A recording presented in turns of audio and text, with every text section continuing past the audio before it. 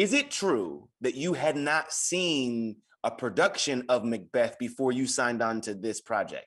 Yeah, it just so happens I had never seen one. Nor had I read Macbeth. That's just, I haven't read or seen all of Shakespeare's plays. It was just one I hadn't seen or read. It is remarkable to me. One, it kind of lends, I think, to the skill that you have, and also I think the dedication. You told me before, the stage is where an actor works. It's where he works out. It's where he or she, or in between, practices and masters the craft. That you would be able to jump in to Macbeth because it's what you do. You know what I'm saying? I think the theater is where an actor learns how to act. It's an actor's medium. The film is a director's medium or editor's medium. No matter what you've done as the actor, the director then takes that information and he or she cuts it together and uses it the way they want to. But on stage, the curtain goes up, the lights are on, and it's you and the audience. And they tell you that night how they feel about you. Hello, real quick. Wait, it's nothing worse than you pausing for what you thought was gonna be that laugh. Let me tell you, 30, 40, whatever it was, years ago in the 80s, I was doing a play on Broadway, and one night I just didn't want to be there. I didn't want to be there. I was partying too hard. I was young and foolish, and I'll put it that way, I didn't want to be there. Yeah. And I heard a woman whisper, "Who does he think he is?" And I never forgot it. To never take the audience for granted. Now she may have been talking about the character, I don't know. Right. But it hit me and I never forgot it. Don't ever take it lightly. The people have paid their hard-earned money and they made these sacrifices to be there, and they want to see you and bring your best. Yeah, that's incredible. The fact that you, even though to be conscious enough or aware enough that whatever I'm dealing with and going through, hearing that was a cue to okay, what we're not going to do is slip this thing up. Don't mess up. Yeah, don't mess it up. For real. Yeah. Corey was telling me that the first time you guys met, the first time you two met was at the Public Theater in New York, and that he's been very fortunate to have this relationship with you over the years, of mentor and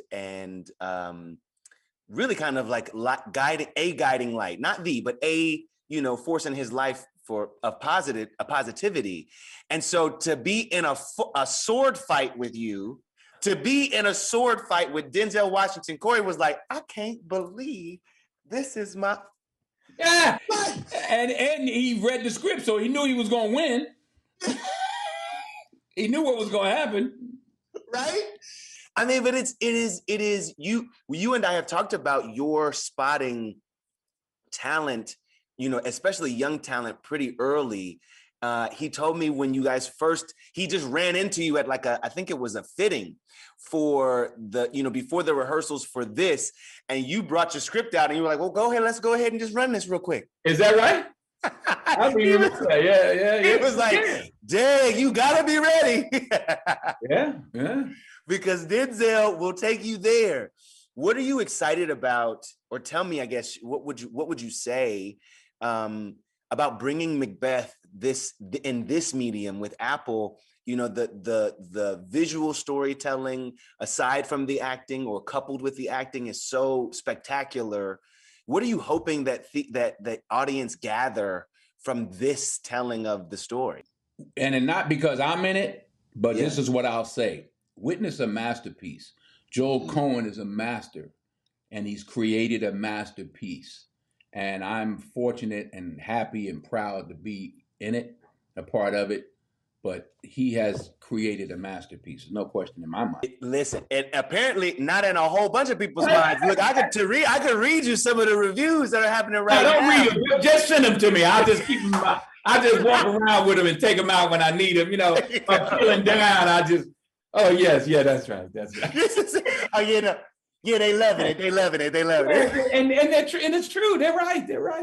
I mean, I was talking about this with Corey though, but I feel like there's a magic with bringing these stage productions to screens. There's a way that you can bring us in a way that we haven't been able to before. How do you feel hearing about, your or another Oscar nomination around this? I tell you what's magic too is bringing this group of talented people together, young and old, black and white, rich and poor, bringing all of us together and watching this thing explode. I mean, it was exciting. It was invigorating in the rehearsal process.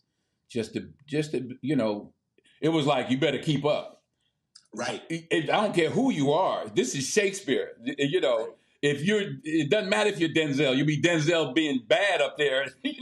So you got to bring your A game because everybody was, and that was exciting. That was fun. Yeah. Listen, before I let you go, speaking of A game, your friend, our icon, Sidney Poitier, the recent passing, you talked about him being a privilege to call him friend. I'm just curious of a moment that you might be willing to share, between your friendship. It just seems like to have you here and not ask you.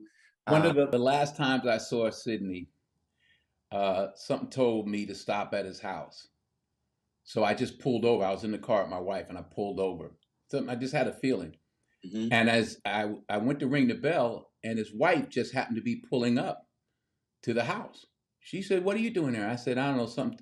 She said, "Well, come on in. He needs to see you. You obviously were supposed to see him." And it was the last time I saw him. And he held his wife's hand, and he held Pauletta, my wife's hand. And he's looking at her, and he's looking at his wife, and he's looking at Pauletta, and he's looking at me like, what are you doing in my bedroom? Because he was in the bed at that point in his life. He was in the bed.